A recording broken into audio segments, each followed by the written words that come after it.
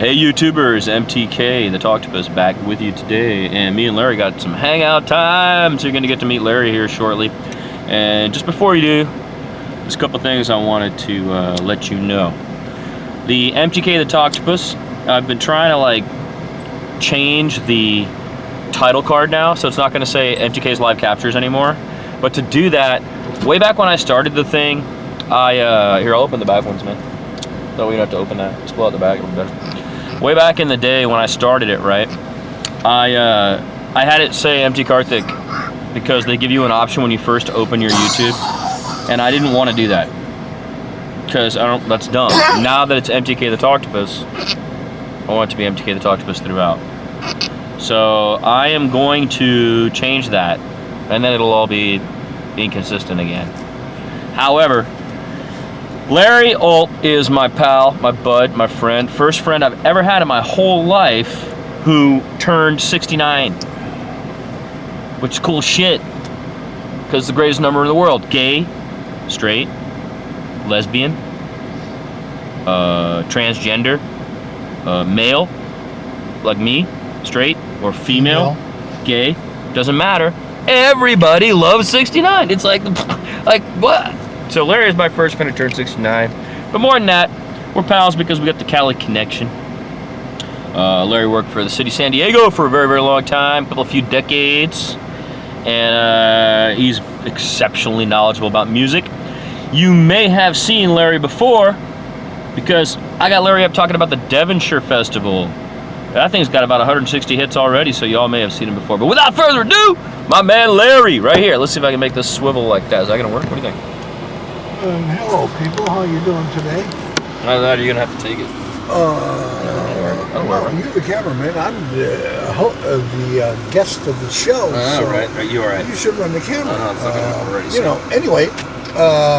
Sorry, Larry. I didn't mean to set you up like that. That was bad. I just want to make sure you know who Larry is. This is Larry. Larry comes to town once a week, but that doesn't mean you're only just going to see him once a week, because we can do all kinds of projects with Larry. Larry's a knowledgeable fella. Larry, tell us a little bit about one of the first things you said to me regarding what you would do if you had a time travel machine. I remember this is one of the very first things you ever said to me. Yeah, I recollect. The thing is, if you had a time machine, you could go back in time, so when the white man hits the beaches of North America, you could give the Indians submachine guns or miniguns so you can shoot them, because the white man, supposed to be civilized, were the most barbaric people that ever hit the continent. So Larry's idea, when I first met him, this is incredible. He goes, well, if I go back in time, I'd only do one thing. I'd go back to 1491, and I would take subatomic, what did you say, atomic weapons and... submachine guns. Submachine guns.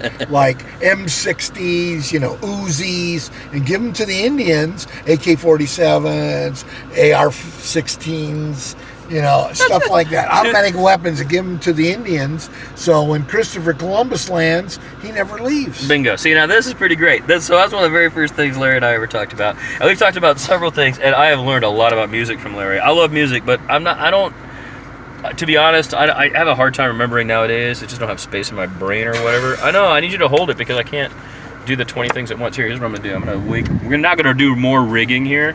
We need some more constant rigging. Yeah, you need another band over here. So so then and you pull that off. You can do this kind of thing. Then we can. All right. So now, Larry, I'm going to ask you just a few questions from over here, and you can kind of do your thing. Sure. So one of them is, so we talked about that 1492 stuff, which I really love. That's just one of my favorites. And then the other thing I said to you is that I'd really like some time to visit you out in Yancey. It'd be kind of cool if we could come out to Yancey, man. Dude, I have signs out there that it says.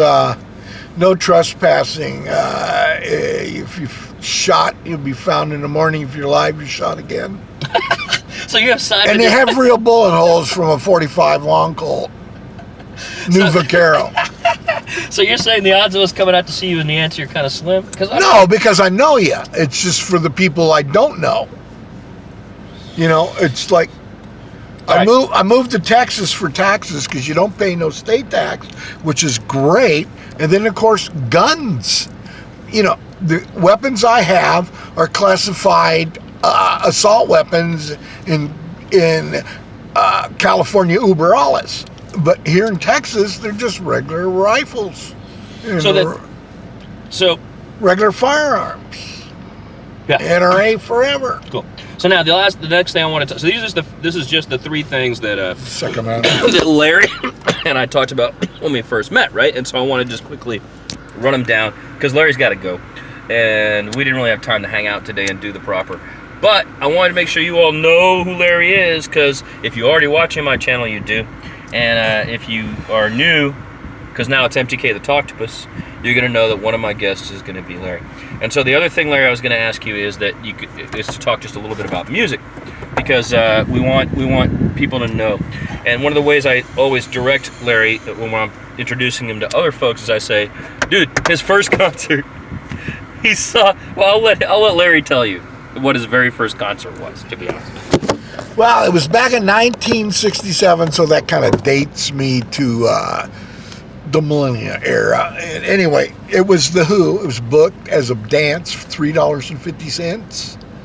And Peter Townsend stuck his guitar neck into the speaker cabinets, and Keith Moon and Roger Daltrey beat the shit out of the drums. And I have photographs of the Time reporter who took the picture of Pete Townsend shoving the guitar in his speaker cabinet from Time magazine. I have that picture. I also have a picture with me with John Entwistle, who's dead from cocaine in Las Vegas on the last tour, moron, and Keith Moon, who was one of the greatest drummers in the world, who OD'd on his own vomit, just like Jimmy. But yeah, that was a nice dance. And then 2 weeks later was a little known group called The Cream, with the lead guitars of Eric Clapton and Ginger Baker on drums, and Jack Bruce sang lead and played bass guitar, and that was billed to dance, $3.50. Listen to what I'm Which saying. in '67, $3.50 was a lot of money. And then 2 weeks later, it was the Animals, with Eric Burden. So when Larry comes back, I guarantee you some sweet music talk. And I'm sorry today we didn't end up doing too much more with him, because we just wanted to hang out. Hadn't seen Larry in a long time. Had to take care of that. So MTK the Talktopus signing out. Larry, thank you so much for joining me today. You're welcome. And Peace. we'll look forward to seeing you again. Yeah. There you go. All right, Larry Alt, MTK the Talktopus. Catch you guys soon.